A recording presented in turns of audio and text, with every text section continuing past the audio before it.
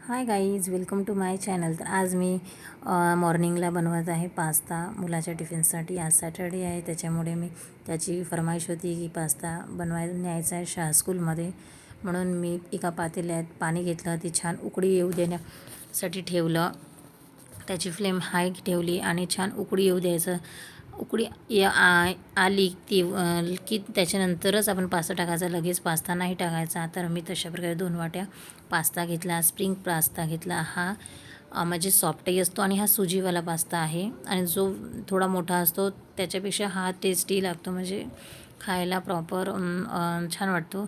आणि तो मोठा जो असतो तो शिजायला पण खूप वेळ लागतो. त्याच्यामुळे स्प्रिंग पास्ता कधी पण मी सजेस्ट करीन की घ्यायचं. मग छान याला उकळी येईल, एक उकळी येऊ द्यायची. आपल्या पाण्याला आधीच आली होती, पण या पास्ता टाकल्यानंतर आणखी एक छान उकळी येऊ द्यायची. आणि हा छान शिजला की तो सॉफ्ट होतो. हा सुजी पास्ता आहे, त्याच्यामुळे याला शिजायला वेळ लागत नाही. मी एक उकळी येऊ दिली छानपैकी. आणि त्याच्यानंतर याला मी ट्रान्सफर करेल एका बाउलमध्ये. तर त्याच्या आधी मी याच्यात थोडा थंड पाणी टाकलं की जे मी याचं टेम्परेचर आहे ते थोडंसं लो होऊन जाईल, म्हणजे कुकिंग प्रोसिजर कमी होऊन जाईल याची. म्हणजे गरम पाणी राहिलं की कसं आणखी ते सॉफ्ट झाले असते पास्ता. म्हणून आणखी एकदा मी त्याला बंद केलं गॅस आणि आपल्या एका बाउलमध्ये आपली जी गाळणी असते त्याच्यामध्ये मी हे ट्रान्सफर करून घेणार आहे. तर त्याच्यामध्ये ट्रान्सफर केल्यानंतर पण मी थोडंसं पाणी टाकलं आणि थोडा वेळ याला साईडला ठेवून दिलं. पूर्ण पाणी जे एक्स्ट्राचं होतं ते त्या गारणीद्वारे हे झालं, का म्हणते निघून गेलं पाणी आपल्या याच्यामध्ये बाउलमध्ये.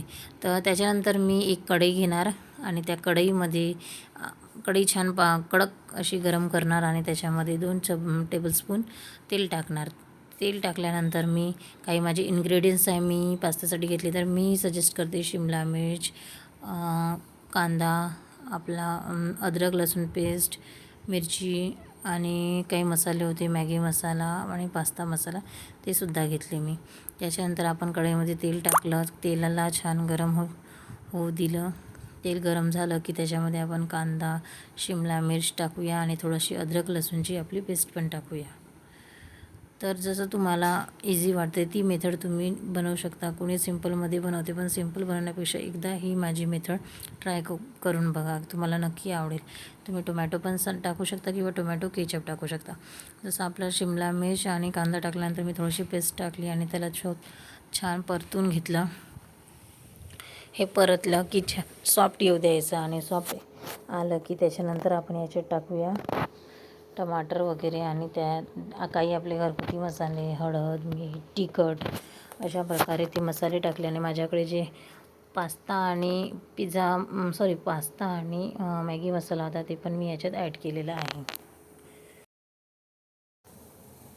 आपली फोडणी ही चांगली शिजू द्यायची आणि फोडणी वगैरे शिजू दिली की आपले बाकीचे मसाले आहेत ते टाकायचे. मसाले वगैरे टाकून घेतले मी. आणि कसं झटपट रेसिपी आहे, पटकन होऊन जाते, काही तेवढंही नाही आहे. कधी आपण डब्यात टिफिनला किंवा आपल्या सुट्टीच्या दिवशी एखादी वेळेस नाश्त्यासाठी कोणी आलं घरी त्यांच्यासाठी पण हे करू शकतो. तर अशा प्रकारे मी मस्तपैकी याची फोडणी शिजू दिली. त्याच्यात काही घरगुती मसाले आणि आपला पास्ता मसाला आणि मॅगी मसाला टाकला आणि खूप मस्त टेस्ट होती पास्त्याची. मुलाला टिफिनला दिलं, खायला पण दिलं आणि त्याला इतकं आवडलं. मम्मी मला टिफिनला दे असंही बोलला. मी म्हटलं टिफिनसाठीच केलं आहे, थोडं खायला दिलं आहे तुला. आणि अशा प्रकारे माझी ही रेसिपी आहे. इझी टू वेमध्ये आहे. कोणी याच्यामध्ये काहीच मसाले टाकत नाही, पण त्याच्यात काहीच येत नाही.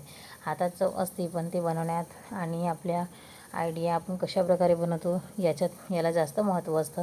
त्याच्यामुळे थोड्याशा खर्चामध्ये ही खूप काही लवकरात लवकर झटपट ही पास्ता रेडी होतो. आणि मी माझ्या मुलाचा टिफिन पण रेडी केला आणि असं गरम गरम नाही दिला होता. टिफिनमध्ये टाकल्यानंतर थोडा वेळ मध्ये ठेवला आणि नंतर त्याला पॅक करून दिला. Bye, thank you.